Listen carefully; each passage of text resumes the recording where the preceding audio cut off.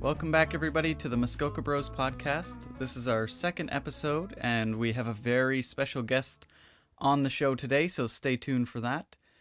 Before we get into our topic, though, let's check out This Week in Wildness. Right off the hop, I want to talk about the initiative started by Mr. Beast, which you may know about by now, but it's a challenge to plant 20 million trees, and we're a little over a week now into the challenge, and already over 12 million trees have been planted. The way it works is you can upload a video with the hashtag #TeamTrees and show yourself doing some planting, or you can go to teamtrees.org and donate to the cause. $1 means one tree planted. So right now they've got, I think it's $11,900,000 donated. So that's almost 12 million trees planted right there. So the organization that is handling the bulk of the tree planting effort, they identify areas that are in the greatest need of reforestation, so you can be assured that the trees are truly making a difference. They're not just going in the middle of some forest somewhere. And this really resonated with us because, we always say, you just got to get out there, and we just want to make sure that there's always an out there to get into. You can probably expect a video from us shortly in regards to the Team Trees Challenge, but we're just working on a couple of things right now, so stay tuned for that.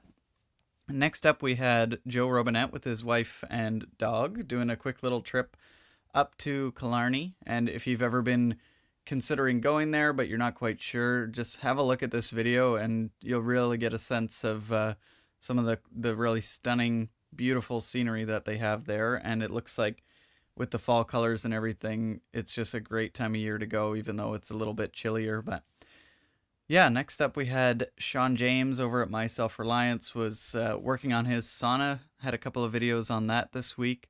That's at the Off the Grid cabin, which is really neat, so go ahead and check that out. He also posted a little video about the Team Trees Challenge where he's donated $250 to that cause, which is awesome. And he just kind of was saying, he's got so many trees on that property that it would be a little redundant to be planting there. But if anybody wants to go dig up some of his saplings to replant them, I don't know if he is serious about that. But yeah, maybe send him a message and see if he was. Over here at Muskoka Bros, we put out part 3 of our Ralph Bice lake trip in Algonquin Park. I make some pancakes and somehow get the mix all over myself. We go on a neat little hike, and our friend Trevor builds a fully functioning windmill. And I'm not even joking about that. David and Matt head out on the water for some fishing and sightseeing, and then we sadly pack up and head out. But it was such a great trip with a great bunch of guys, and definitely worth a watch. So go check out our channel for that. Max over at Woodsman's Finest is over in Japan, and he's putting out some really awesome photos lately, just kind of about the culture of Japan and some of the different things that he does while he's there. So have a look at that if you're interested in some really amazing pieces of art, and, it's a spoon as well, so you can use it. Also, if you're looking for a Christmas gift idea, you can order a carving axe from him before November 10th, and he says it will be here before Christmas. So I'm pretty sure he's got a coupon code there as well, so head on over to Woodsman's Finest on Instagram to get the whole scoop on that. With that, let's get into our topic of the day, and this episode is called From City Slicker to Outdoorsman with special guest, my dad of 27 years, Mark Saracen. How you doing? Good. And you? Great. Are you nervous? Not at all. You don't seem nervous, so that's positive. So today we're going to be talking about my dad and his evolution from somebody that maybe didn't care so much about camping to somebody that has developed a huge passion for it and has taught me a lot about it, and is just a really good source of wisdom and information when it comes to the outdoors. So with that in mind, I'd just like to open up the floor to him and let him explain a little bit about himself and just kind of how his love of camping came to be. Right. Well, I grew up in the city. I worked in Toronto. And when I was 27, I bought my first tent. It was a canvas tent with about 1,000 pounds of steel poles and this incredibly massive structure, and never used it. Never had the opportunity to use it. And a few years later, we moved up to Keswick, and my next door neighbor had been to Algonquin a few times and started talking about us all going. My wife and him and his wife, and so we planned the trip and away we go. And we wind up in Algonquin. We were there for maybe 4 or 5 days. Setting up the tent was a complete disaster. It rained. Canvas tents, if you don't treat them properly, they leak. If you touch them, they leak, and all this stuff. And but we had a great time, and the seed was planted. Interesting. So it's interesting that you mentioned the canvas tents, because I see a bunch of people these days are using them as their winter camping tents. And this one lady, she made her own, like sewed it up and everything, and had to like waterproof spray it and fireproof spray it and everything, so that they could put a wood stove into it and make it a hot tent. So I can't even imagine back in the day that's like the height of camping technology, was those canvas tents with the horrible poles and everything. You might as well build yourself a log cabin. I mean, what's the difference? They weigh the same. Yeah, I've heard that especially when they're wet. Yeah. Yeah, exactly. So, I mean, the other thing is so you've got your neighbors there kind of introducing you to camping at 27, and a lot of kids and stuff get that love of the outdoors from their dads and from the men in their lives and stuff. And I know the listeners won't know, but I know that you didn't really have that sort of relationship with your dad. So what was that kind of like as a kid? Did you notice that lack of outdoor type exposure? Did it not register to you because you were in the city anyways and there was a whole bunch of other stuff to do? Or what was that kind of like growing up as a city kid? Well, I grew up in the beaches area, so we had the lake there, and well, I should say I grew up in the greatest generation. And, we listened to our teachers, etc., etc. But in the beaches area, there was a lot of trees, and so that I didn't really, it wasn't like I was in the inner city where it was all concrete and brick. Okay, so that's the difference. Yeah. That's the difference. And I think, but just going back to that, having that seed planted, once I had that exposure, it just grew. I had a need to get away, and there's something about being in the bush. It's an entirely different perspective. And do you want me to go there now? Go yeah. So I think after I'd done a couple of trips, I started to, one of the first things is, there is no time. You eat when you get up. You eat when you eat. You go to bed when you go to bed. Right? There's things that you have to do, but it's all on kind of centered around when the sun comes up and when the sun goes down. And so, and I never brought a watch. I never brought music. I didn't bring anything. And there's that other thing about the dead silence of being in the bush, as opposed to being in the city, in traffic and noise, right, and all that kind of thing. So, yeah, so that's I totally agree with you there on just to go out and to be in silence, to not know what time it is, but at the same time not caring what time it is. It just doesn't matter, and you can really only do what you can do while it's light out, or if you bring a lamp, then maybe you can extend your time a little bit. But like all the, like you said, like cooking when you're hungry, and it's a simple way to live, and it's beautiful, and just, I don't know, it's hard to explain. Like you were saying, it's hard to explain, but so with that in mind, then what does your camping preparation look like now? You gotta have a list, because if you think about it, you forget one thing.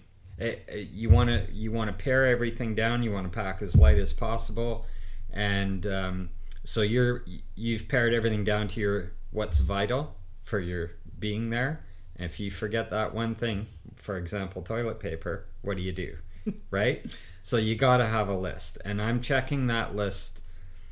I'll check it the night before as I'm packing, and I'll check it again the next day, and there's usually a few things that I have to get like ice right on my way, and gotta have a list.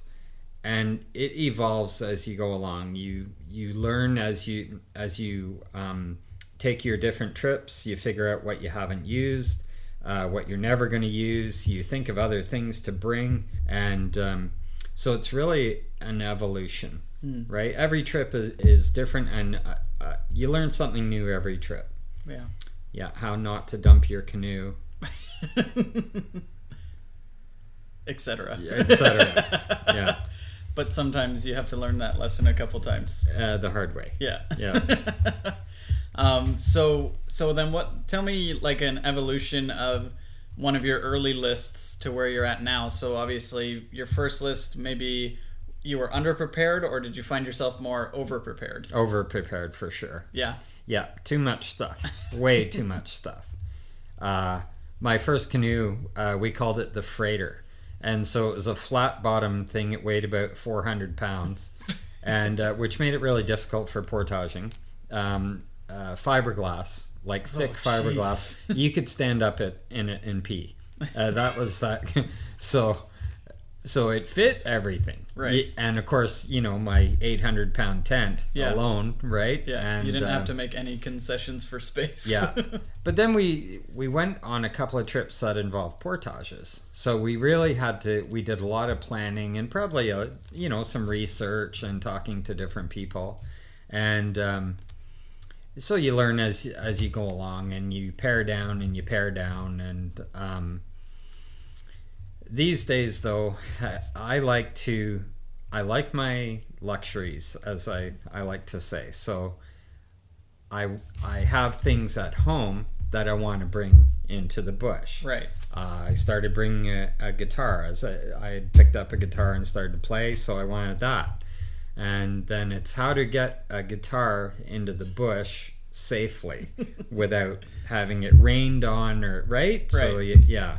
When it's one of your most prized possessions in the whole world. Right. Yeah. And then sometimes you have to sacrifice too. If you have 3 or 4 portages, like a guitar is just not viable, right? Yeah.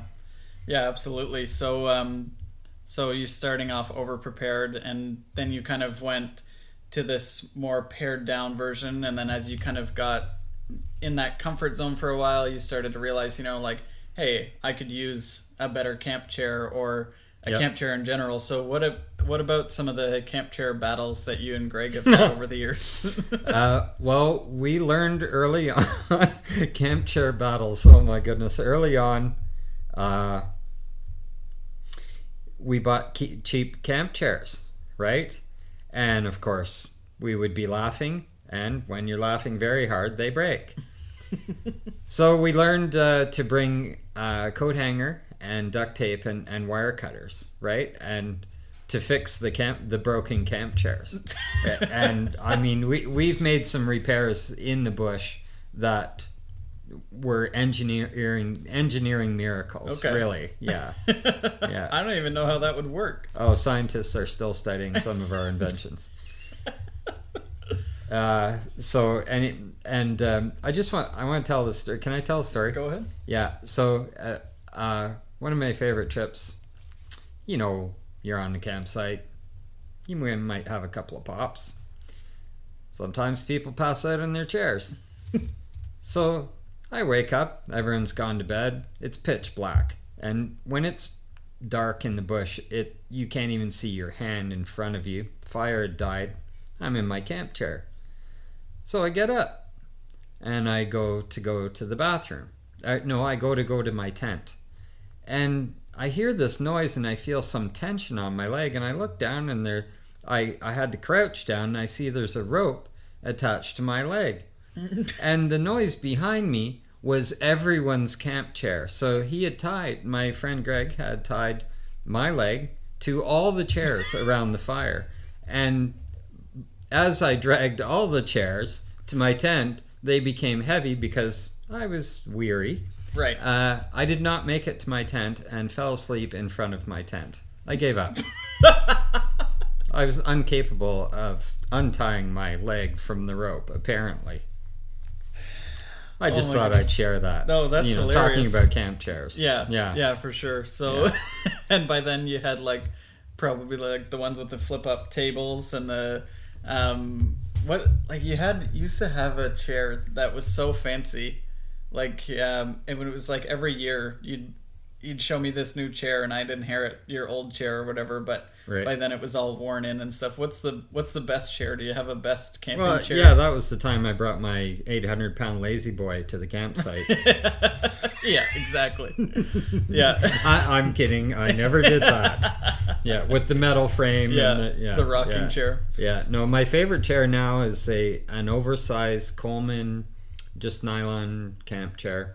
And it's lasted me, I'm surprised how long it's lasted. I probably have it maybe 7-8 years. Yeah. Mm-hmm. Well, that's pretty good. But I like that it's oversized because I can put my sleeping bag in it. Mm-hmm. And when you're out there for 6 or 7 days, it's kind of rough sitting on a... Yeah. Right? Yeah, even for a couple of days, they're not great, but better than a log, I guess. Yeah, for an old guy like me anyways. Right. Yeah.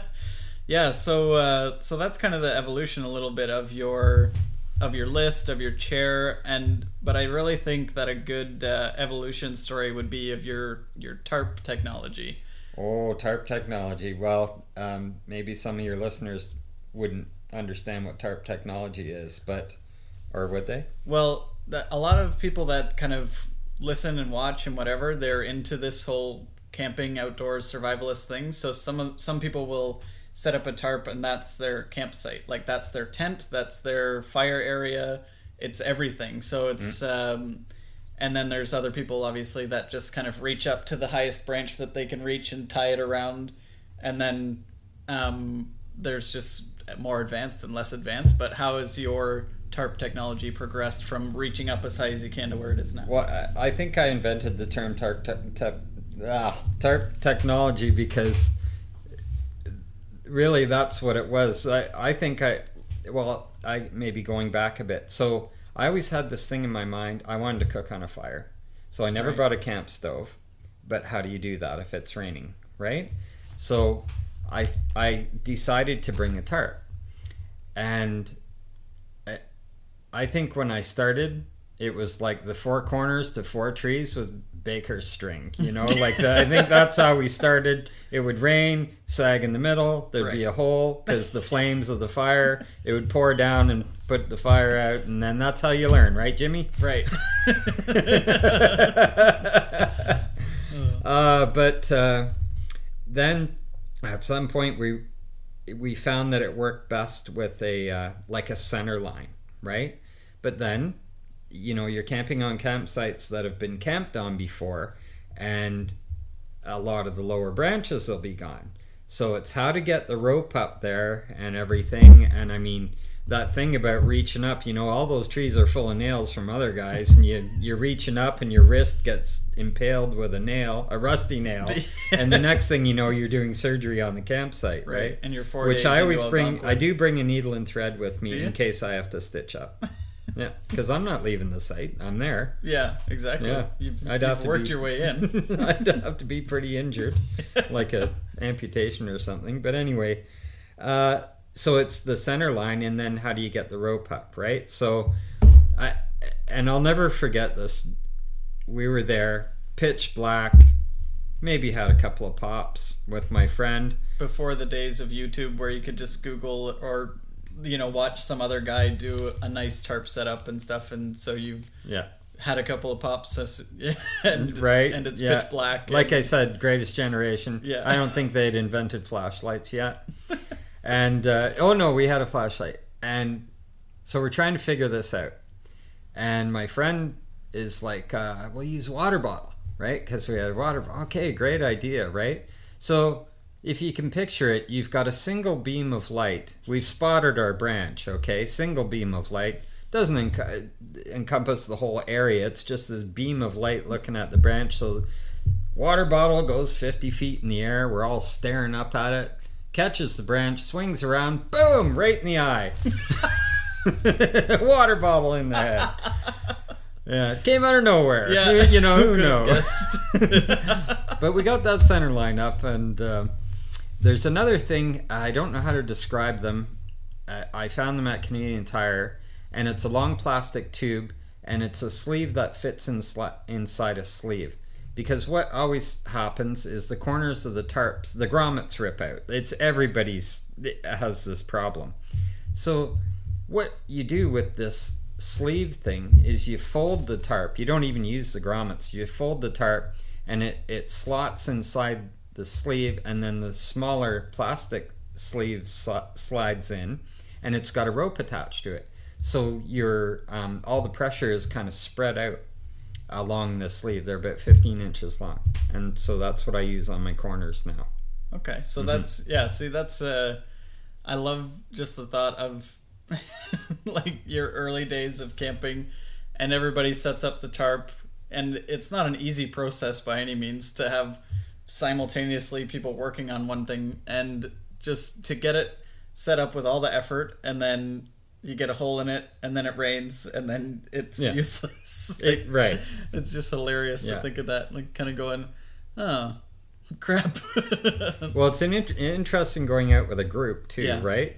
Especially if you're not the leader of the expedition. Mm-hmm. You sit down, you get on your site, and you're watching these people, and they're, getting hung up on rusty nails. Everybody's bleeding everywhere, and you're just shaking your head going, oh no. Oh, they need help. So you mentioned, you get injured and you're not going to leave the campsite unless it's serious. What was the closest you ever came to leaving a campsite because of an injury? Never. Never? No. I have injured myself many times, though. These days, so every year I do a solo trip. And there was I think it was a period of about 4 or 5 years in a row. And you get onto your site, nice bed of pine needles on that campsite, and you're tired of the city and you kick those shoes off, right? It's the first thing you do, and you can walk around your bare feet. It's like, freedom. Da da da da, boom!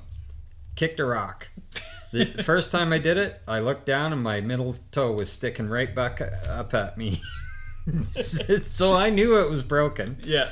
And it would either be my big toe or the one beside it. And I don't just mean stubbing the toe. It's like half the foot goes purple. You're limping around for 3 days and trying to set up your tarp and your tent and everything. And so yes, I've had many injuries, but never once considered leaving. Really? Eh? Yeah. Not even once. when you got that fish hook through the ear. Or in the back of the head. Yeah. Or driven into the middle of my finger.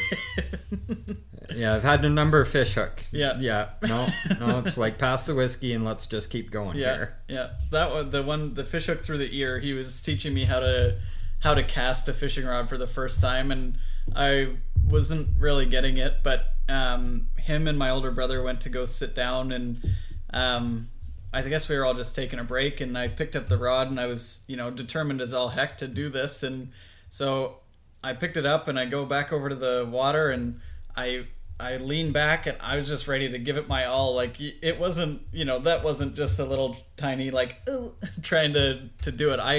I leaned back and with all my might flicked it forward. And as I was pulling it forward, I felt some resistance, and just, I don't know, I looked back, and my dad was screaming, and well, not screaming, like it was just kind of like like a growl more. And I looked back, and the fish hook was in his ear, and I was just a kid at the time. I was confused about how that got there.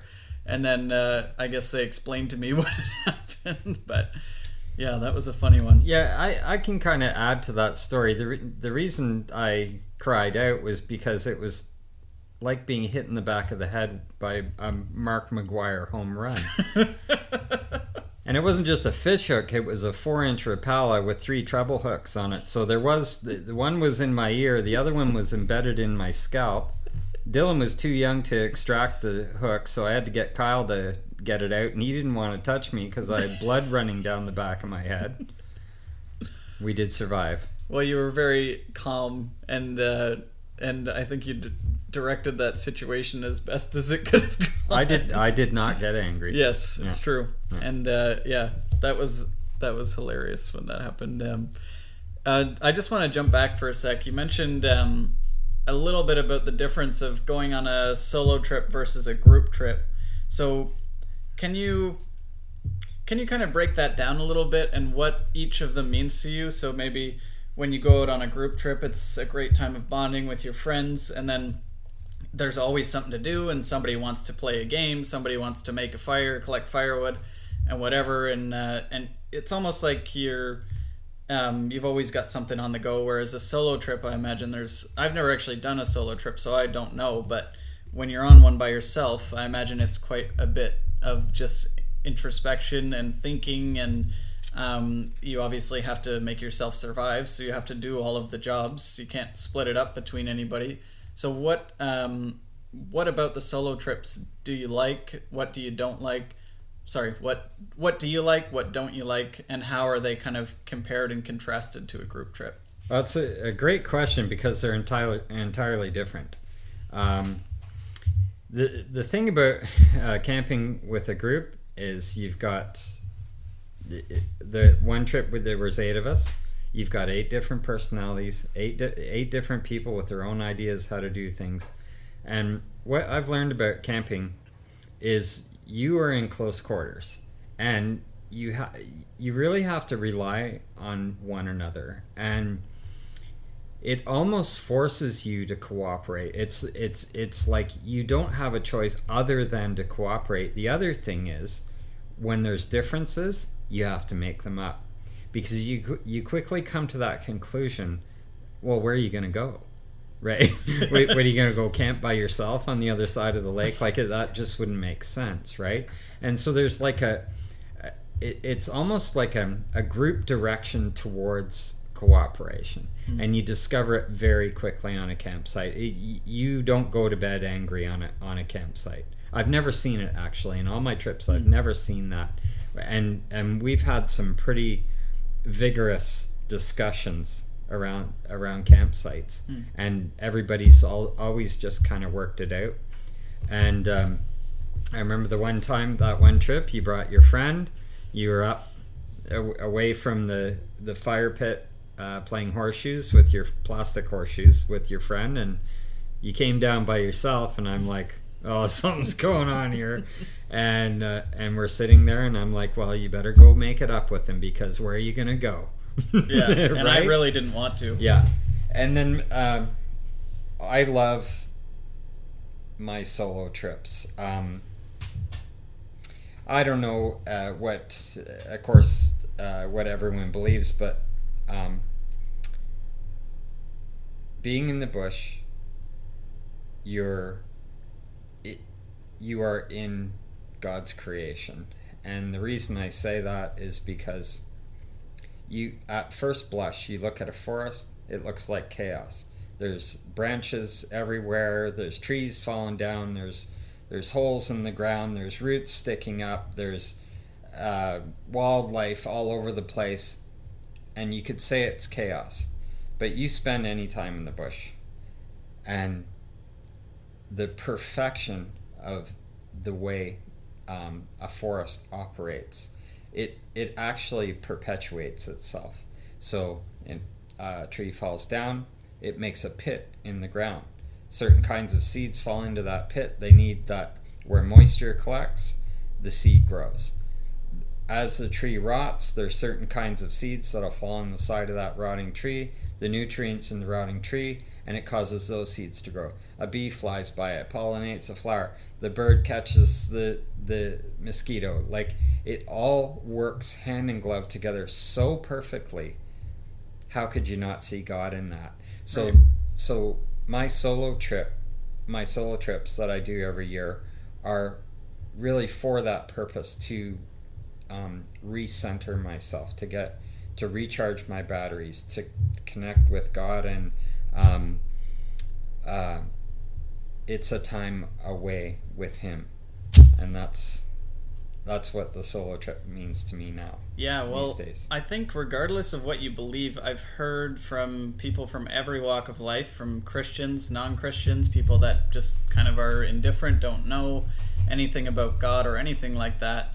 Everybody that I talk to says the same thing about the bush, about nature, is that it's just, there's an indescribable presence or difference when you're out in nature versus when you're doing things in the city, and people will speak to that same, I don't know, just amazement of the way a forest works, and nature in general, and express that sense. You feel connected to something when you're in nature, and that's something that everybody from any walk of life can feel, which I think is amazing that it works out that way. It's in the Bible, it says that creation reveals God's glory.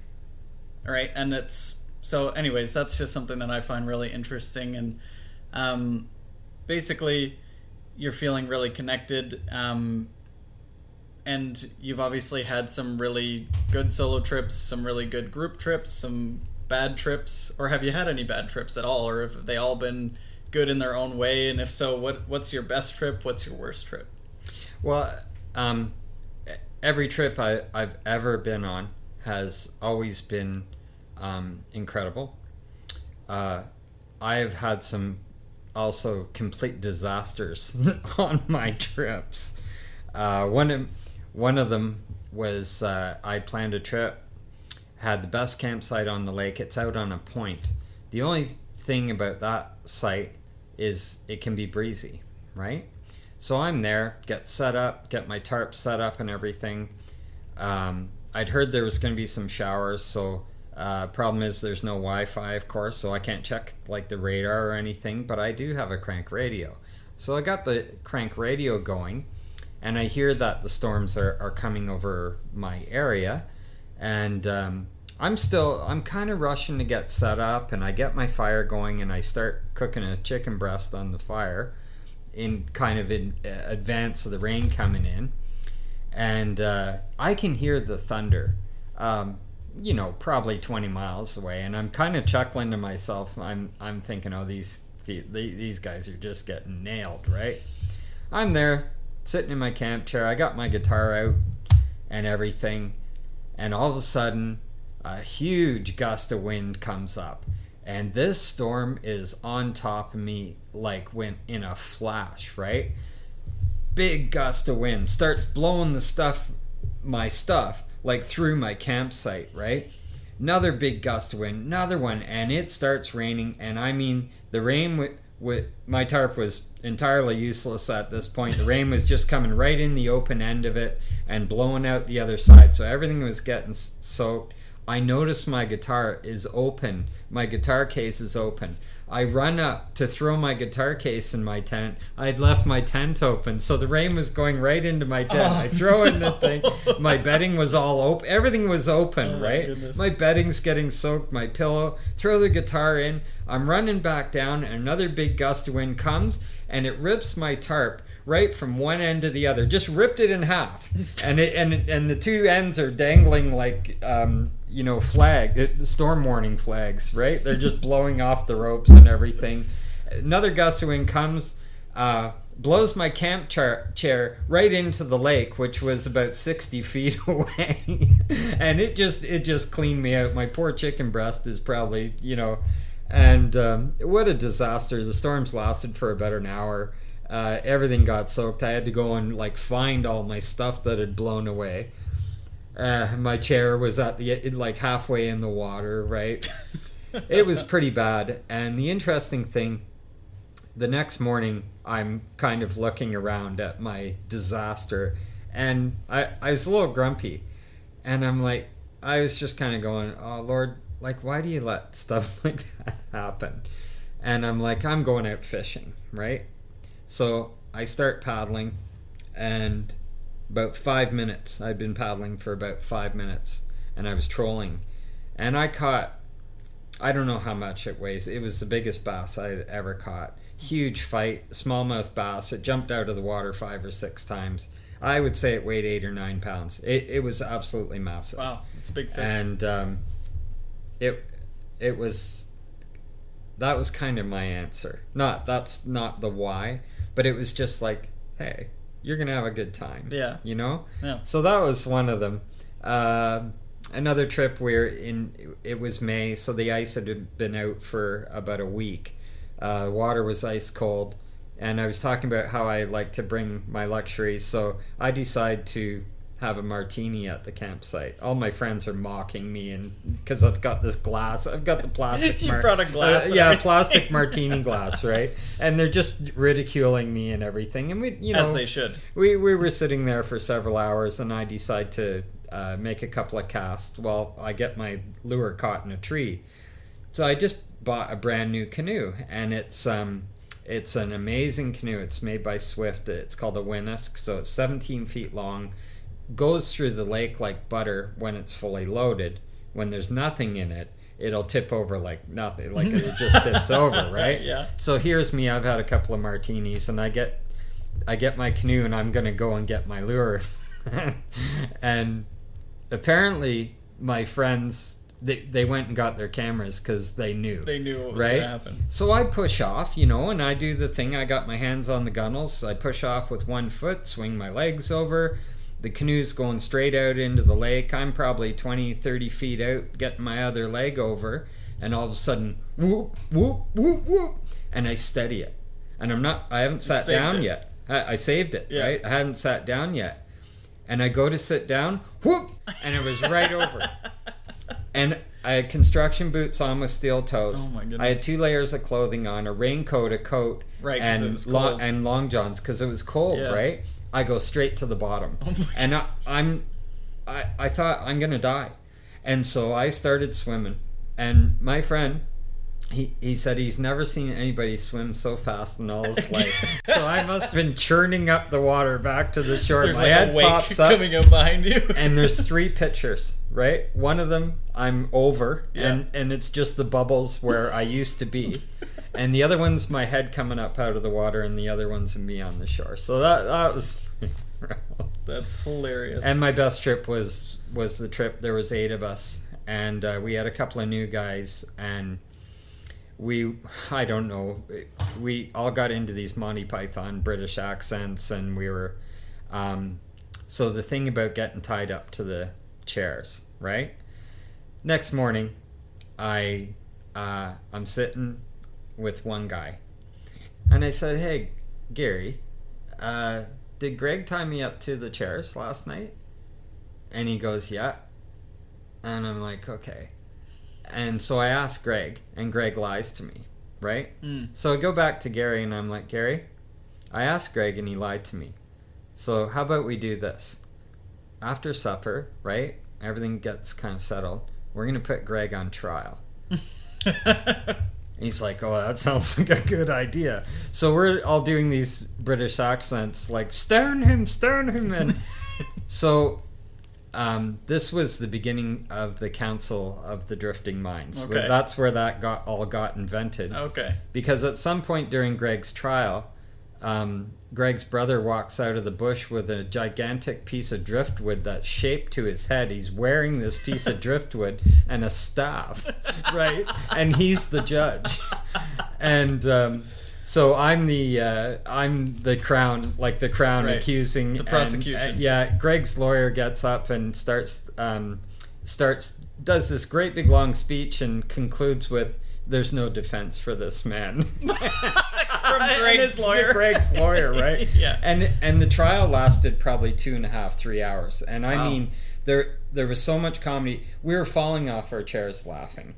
And I'll never forget that trip. Yeah. There was something special about it. Yeah.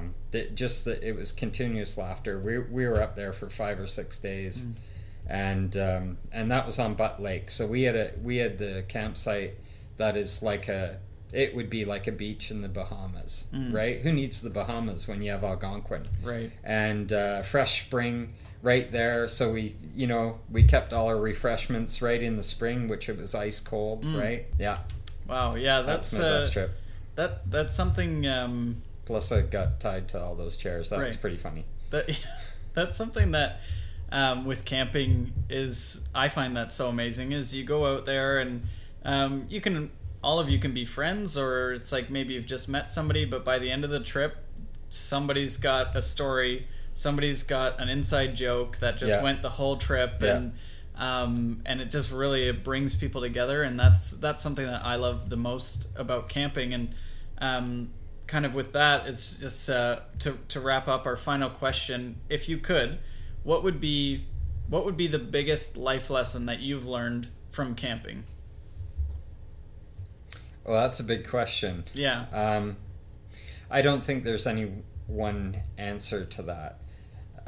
I think what's really precious to me is the relationships that are founded on those trips. And like a lot of our trips were the three of us, right? Yeah. And that's a really hard question. Life lesson. Don't sweat the small stuff. Yeah. Every day is precious. People are precious. Time is precious. To love more. And I think it's when you're out there that really comes home. Yeah. And that works really well with your whole thing about like you get in an argument, where you're going to go sort of mentality. It's like all of that stuff is so important to relationships in general, and it's interesting that we only put that emphasis on it in the bush, or we can only put that emphasis on it in the bush, when really that's just how we should be living. We shouldn't be sweating that small stuff. We shouldn't be holding things against people.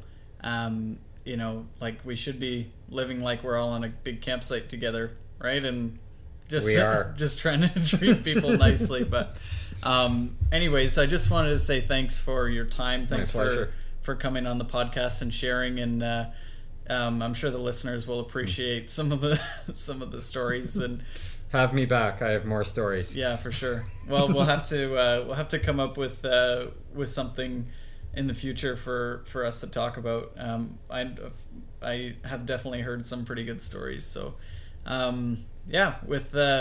With that, we'll just close off. Thank you so much for listening. I hope you enjoyed that podcast with my dad. It was great to record that with him and just spend some time together reminiscing about some of the things that I've learned from him, about where he started off and where he ended up. And don't forget to check us out on Facebook, Instagram, Twitter, and MySpace. And check us out on YouTube, of course. And like and subscribe. And as always, you just got to get out there.